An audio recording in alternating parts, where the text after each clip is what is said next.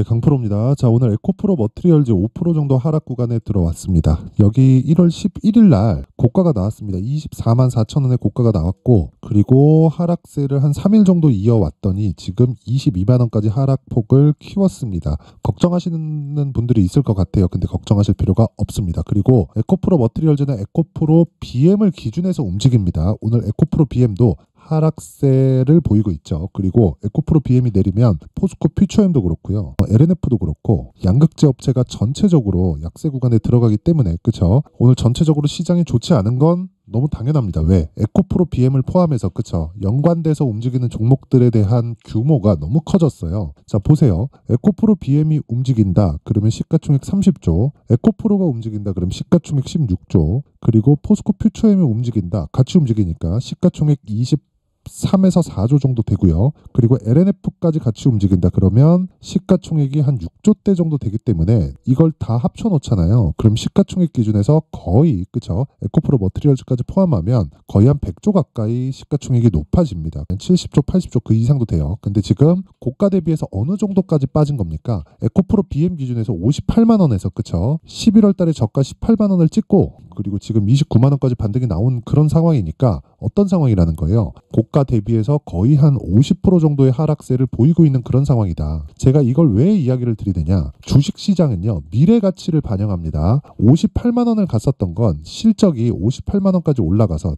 자, 이때 58만 원이었을 때 에코프로 BM의 시가총액은요. 대략 한 55조에서 60조 사이입니다. 그렇죠? 자, 지금 29만 원이었을 때 시가총액이 28조잖아요. 여기서 곱하기 2를 딱 해보세요. 어느 정도 나오죠? 60조 가까이 되죠. 50한 7, 8조 정도 됩니다. 자, 그렇다 보니까 우리는 지금 실적을 대비해서 주가가 고평가됐다 안 됐다를 논할 필요가 없는 거예요. 그 가치도 없는 거예요. 왜 그러냐면 시장의 평가가 이렇게 주고 그리고 시장의 평가가 높다고 판단이 되니까 어떻게 돼야 돼요? 18만 원까지 또 떨어지고 다시 반등이 나오잖아요. 어차피 시장의 평가에 저가는 나왔고요. 그리고 고가도 나왔습니다. 그러면 지금도 고가 대비해서 즉 시장이 높게 평가했었던 고가 대비해서도 50% 이상의 하락 구간에 있다는 겁니다. 그러면 이렇게 좋게 평가를 받았었던 즉 시장의 평가가 높게 평가를 받았었던 이때 구간에 나왔었던 실적에 대한 부담 요인은 지금은 해소가 됐고요. 그리고 무엇보다 하락을 추가적으로 해서 완전히 박살이 나기 위해서는 앞서 말씀드렸죠. 환율도 같이 움직인다고 시장이 동반해서 박살이 나는 구조가 이미 갖춰졌습니다. 이미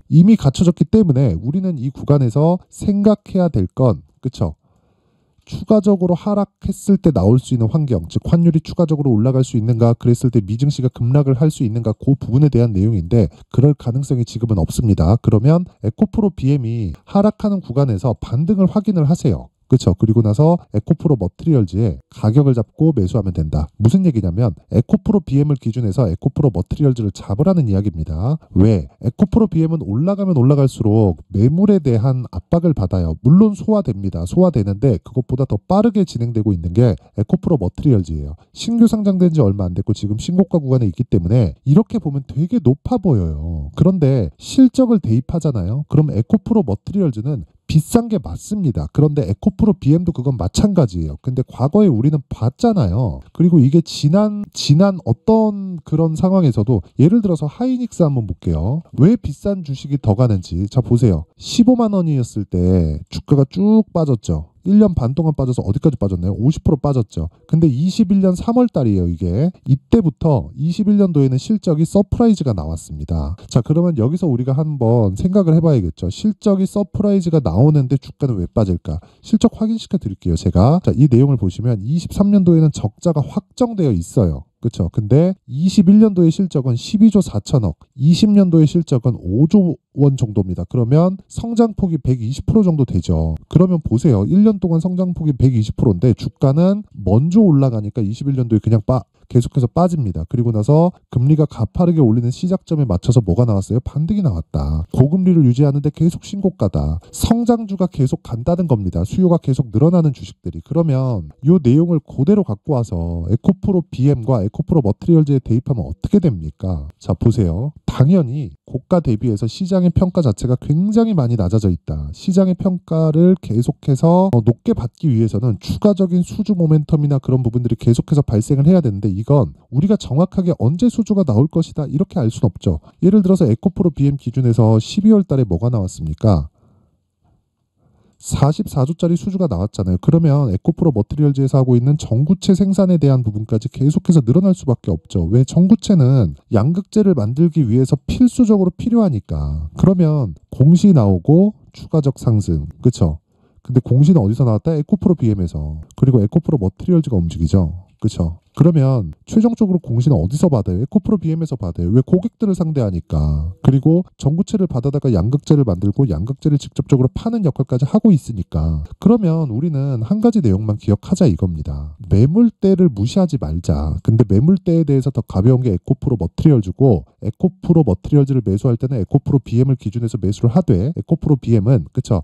확인하고 우리가 에코프로 머티리얼즈를 매수하자. 그래야 꾸준한 수익 모델을 만들 수 있다. 이게 그리고 신고가 매매의 핵심입니다. 그리고 에코프로 머티리얼즈를 제가 매수해야 된다고 이야기를 드리는 것도, 에코프로 BM은 아직 신고가가 아니지만 확인 차원에서만 사용을 하고, 에코프로 머티리얼즈는 신고가이기 때문에 조정 구간에 적절한 구간에 눌림목 구간 또는 돌파 구간을 봐서 내가 매수할 수 있는 환경을 갖춰놔야 된다.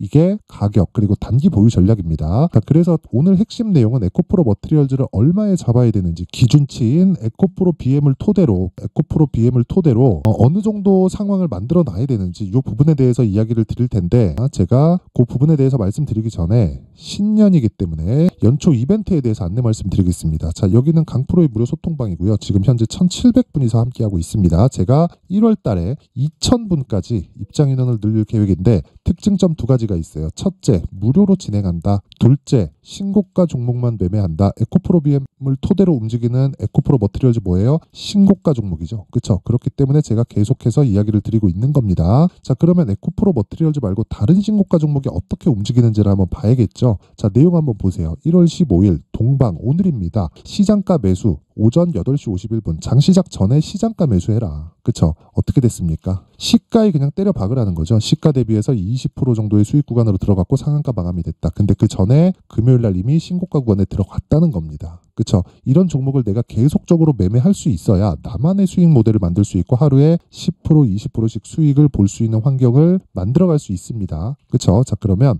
제가 1월 12일 금요일날 그쵸? 딱 세 종목만 딱 볼게요. 동방 하나 봤으니까 여기 흥하해운 롯데정보통신. 자, 똑같죠? 시장가 매수 8시 49분, 시장가 매수 8시 50분. 그쵸? 이런 식으로 진행이 됐죠. 자, 보면 롯데정보통신. 자, 보세요. 오늘 보합권에서 등락을 보이고 있고, 금요일 같은 경우에 어떻게 해요? 시가 대비해서 5% 상승 마감. 그쵸? 그리고 고가 19%까지 커졌습니다. 오늘 하락하면 그냥 정리하고 끝이에요. 저는 소통방에서 진행하는 모든 종목은 스윙으로 진행을 하고요.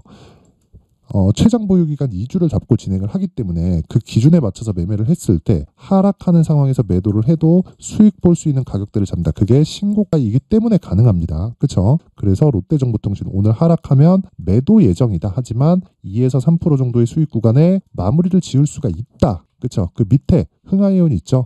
자, 내용 보세요. 오늘도 16% 상승세. 근데 언제 샀어요? 1월 12일 날 3,890원. 왜? 시가에 때려 박아라. 그쵸? 시장가 매수 8시 50분. 저 정확하게 진행된 내용이 있고, 하루에 10% 그리고 오늘 15% 추가 상승이 나오기 때문에 25% 정도의 수익 구간에서 마감이 됐고, 그쵸? 복리로 진행되기 때문에 거의 한 30% 가까운 수익 구간에서 저 지금 등락을 보이고 있다. 길게 이야기 드리지 않겠습니다. 주식시장에서는요, 가격이 먼저 반영하고 신고가는 가격이 먼저 반영하는 그 첫 번째 단계입니다. 저가 포기하세요. 고가 잡으려는 거 포기하세요. 그쵸? 이 두 가지 다 포기하고 우리는 몸통만 먹더라도, 그쵸? 정말 막 이틀씩 3일씩 보유해도 20% 이상의 수익 구간에서 내가 매도를 할 수 있습니다. 단 하락할 때는 무조건 매도한다. 기준은 2주다. 그쵸? 자, 그래서 신고가 매매를 해야 되는 이유는 이런 부분에서 나오는 겁니다. 내가 자꾸만 고가에 물리고 이 종목 저 종목 따라다니고 이런 상황에 있다면 이번 기회에 소통방으로 들어오세요.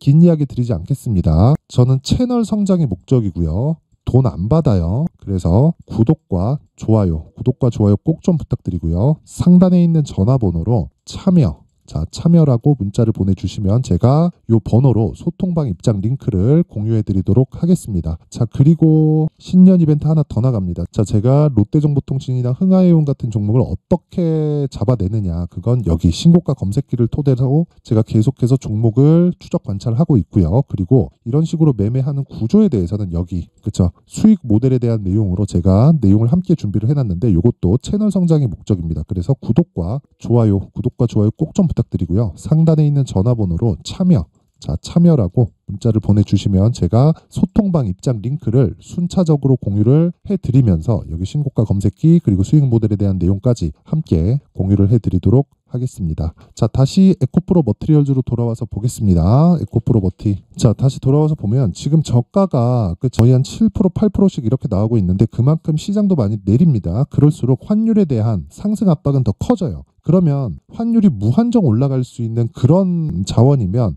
문제가 될 수 있겠지만 그럴 수 있는 자원이 아닙니다. 그렇죠? 그래서 우리는 저가 구간을 정확하게 잡을 수는 없지만 지금 매도를 할 필요는 없다. 보유하고 있었을 때. 하지만 신규를 고려하고 있었을 때는 잠깐 기다려라. 그렇죠? 잠깐 기다려라. 반등은 나온다. 근데 그 기준치를 환율을 기준해서 잡고요. 환율이 연동하는 걸 급등락하는 걸 내가 다 맞출 수 있다. 이게 아닙니다. 환율은 올라가면 떨어집니다. 왜? 달러하고 연동이 되어 있기 때문이고 달러와의 연동치는 연준에서 결정하기 때문에 연준의 그 시기적인 문제만 있을 뿐이지 다시 말씀드리지만 금리는 내려갑니다. 그러면 당연히 성장주가 부각받을 수밖에 없고 성장주가 부각받는 과정에서 우리는 무조건이에요. 무조건 에코프로 BM을 토대로 에코프로 머티리얼즈를 무조건 잡자. 그렇죠? 보유하고 있다면 이제는 굳이 매도할 필요 없다. 그리고 내가 신규를 고려하고 있다면 잠깐 기다리고 가격대를 체크하자. 그렇죠? 그래서 그 부분에 대한 내용이 여기 에코프로 머티리얼즈의 가격 그리고 단기 보유 전략으로 준비를 해온 겁니다. 이 내용이 20페이지에서 걸치기 때문에 제가 영상에서 이야기를 드리기에는 사실 한 2시간에서 3시간 정도 이야기를 계속 해야 돼요. 그래서 제가 이런 식으로 내용 준비를 해온 거니까 이것도 채널 성장의 목적입니다. 그래서 구독과 좋아요 꼭 좀 부탁드리고요. 상단에 있는 전화번호로 머티라고 문자를 보내주시면 제가 에코프로 머티리얼즈의 가격 그리고 단기 보유 전략을 공유해 드리도록 하겠습니다. 자, 항상 긴 영상 봐주셔서 감사드리고요. 그리고 무엇보다 이해를 돕기 위해서 제가 신고가 종목을 하고 있는, 즉 12월 달부터 계속해서 진행하고 있는 신고가 주도주가 있습니다. 그래서 그 종목을 어떤 관점에서 공략을 하고 어떤 식으로 앞으로 매매를 이끌어 가야 되는지 그 내용에 대해서 제가 상세하게 준비를 해놨으니까 영상 끝까지 시청하시고요. 모든 분들이 성공 투자하셨으면 좋겠습니다. 네, 올 한 해를 뒤돌아보니까 구간별로 큰 수익이 나왔었던 종목들이 꽤 많이 보입니다. 1월 달에는 AI 관련주들이 있었고요. 그리고 2월 달부터는 2차 전지가 계속해서 강세를 보였죠. 자, 그리고 나서 3월 달이 되니까 AI 반도체 관련주들이 신고가를 만들면서 5월 달부터 시세를 큰 폭으로 냈죠. 저가부터 따진다면 한미반도체와 같은 종목들도 올 한 해 6배 정도의 시세가 나왔습니다. 혹시라도 올해 수익을 보지 못하신 분들이 있다면요. 어떻게 시세가 움직이는지 반드시 익혀 놓으셔야 되고요. 만약에 그런 부분이 아직 준비가 되어 있지 않다면 어중간한 종목들 사고팔고 하지 마시고요. 딱 한 종목에 비중을 제대로 넣어서 확실하게 수익을 보는 방법이 필요합니다. 자, 그래서 제가 23년 12월 달 강프로의 대시세 종목을 준비를 해왔고요. 이 종목은 대기업을 상대로 안정적인 매출 구조를 갖추고 있는 데다가 이 규모가 40%를 넘나들고요. 호황기 때는 50%를 넘나드는 역대급인 이익 구조를 갖추고 있어서 대체 불가능한 기업이라고 보셔야 됩니다. 자, 지금 현재 주요 거래처는요. 삼성전자, 인텔, 하이닉스, TSMC, 엔비디아까지 모든 반도체 업체를 고객사로 확보하고 있는 상황이고요. 이 재무제표 상황을 보면요. 이익률 자체가 넘사벽인 걸 알 수 있습니다. 넘을 수 없다는 거겠죠. 첫 번째 급등 포인트를 보면요. 앞서서 보여드렸었던 실적은요. 23년도 개화 시기에 접어들었었던 AI 반도체의 실적이 포함되지 않은 실적입니다. 자, 그런데 올 한 해 개화 시기에 접어들었었던 새로운 반도체의 실적치가 더해지면요. 질적인 성장보다 양적인 증가가 함께 이루어지게 되고요. 그런 부분을 한미반도체가 이미 시세로 보여줬죠. 저가부터 6배 강세를 보인 상황이 있습니다. 강프로의 무료 소통방이죠. 어떻게 매매를 했느냐. 5월 25일 날 그쵸? ISC를 49,800원에 매수를 했고요. 자, 그리고 나서 2달도 되지 않아서 한 100% 정도의 수익을 만들어냈습니다. 자, 근데 6월 2일 날 내용 한번 확인해 보시면, 자, 한미반도체 26,000원까지 올려서 잡겠다는 내용이 있죠. ISC와 함께 새로운 반도체 관련 종목입니다. 이때 당시 가격이 25,650원이었는데 그냥 올려서 잡으라는 거겠죠. 지금 현재 한미반도체 가격이 62,000원인 걸 본다면요, 항상 주가는요 신고가 이후에 공략하는 것이 좋고, 그랬을 때 단기간에 100% 수익이 가능한 구조를 만들 수 있습니다. ISC도 그렇고 한미반도체도 마찬가지예요. 당연히 에코프로도 마찬가지입니다. 두 번째 급등 포인트를 보면요, 자, 개인용 PC를 비롯해서 서버, 클라우드, 그리고 우리가 사용하는 스마트폰까지 기본적인 PC 구조와 동일하고요. 새로운 반도체의 구조도 동일한 구조를 갖추고 있습니다. 자, 근데 한미 반도체의 상승 이유도요, 이러한 구조가 동일하게 진행되기 때문이고, 이 구조는 절대로 바뀔 수가 없습니다. 11월 달에 새로운 뉴스가 나왔습니다. 자, 온 디바이스까지 더해지면 비메모리의 사용처는 계속해서 증가할 것은 너무 당연한 이야기고요. 그런 부분을 감안했을 때 이 기업은요, 질적인 부분에 대한 성장이 아니라 양적인 증가까지 이룰 수 있는 상황이 된 겁니다. 한미반도체의 시세를 보면 아직은 굉장히 저렴한 상태를 유지하고 있고요. 세 번째 상황을 보면요, 엔비디아의 실적인데요, 이건 올해 초 대비해서 4배 정도의 상승폭이 나왔고요. 그 주가도 그 정도가 당연히 올랐죠. 주식 투자를 할 때는 예상하는 게 아니라 확정치를 보고 매매를 해서 수익을 낼 수 있어야 됩니다. 앞서서 제가 보여드렸었던 내용인, 자, ISC도 그렇고요, 한미 반도체도 그렇고 확정된 내용이 있었죠. AI에 대한 개화 시기에 맞춰서 삼성전자와 SK 하이닉스가 강세를 보이는 구간이 있었고요. 엔비디아가 강세를 보였습니다. 자, 삼성전자도 그렇고 하이닉스도 그렇고 엔비디아도 마찬가지고요. 생각해 보시면 세력들이 어찌할 수 없는 정도의 사이즈를 가지고 있는 그런 종목들이죠. 그렇기 때문에 제가 계속해서 이야기를 드리는 겁니다.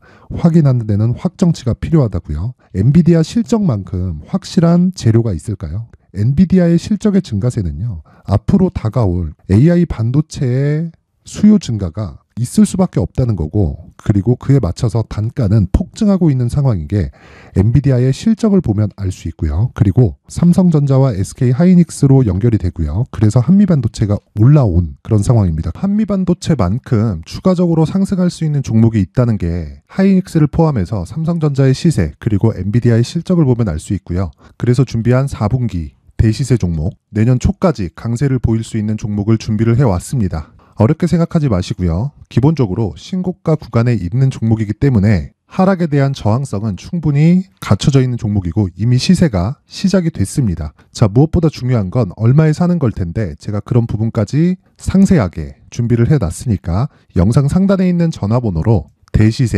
대시세라고 문자를 보내주시는 분들에 한해서만 무료로 공개를 하도록 하겠습니다. 매매하는 과정에서 수익이 잘 안 난다 하시는 분들은 이 종목 딱 받아가서 큰 수익 내셨으면 좋겠습니다.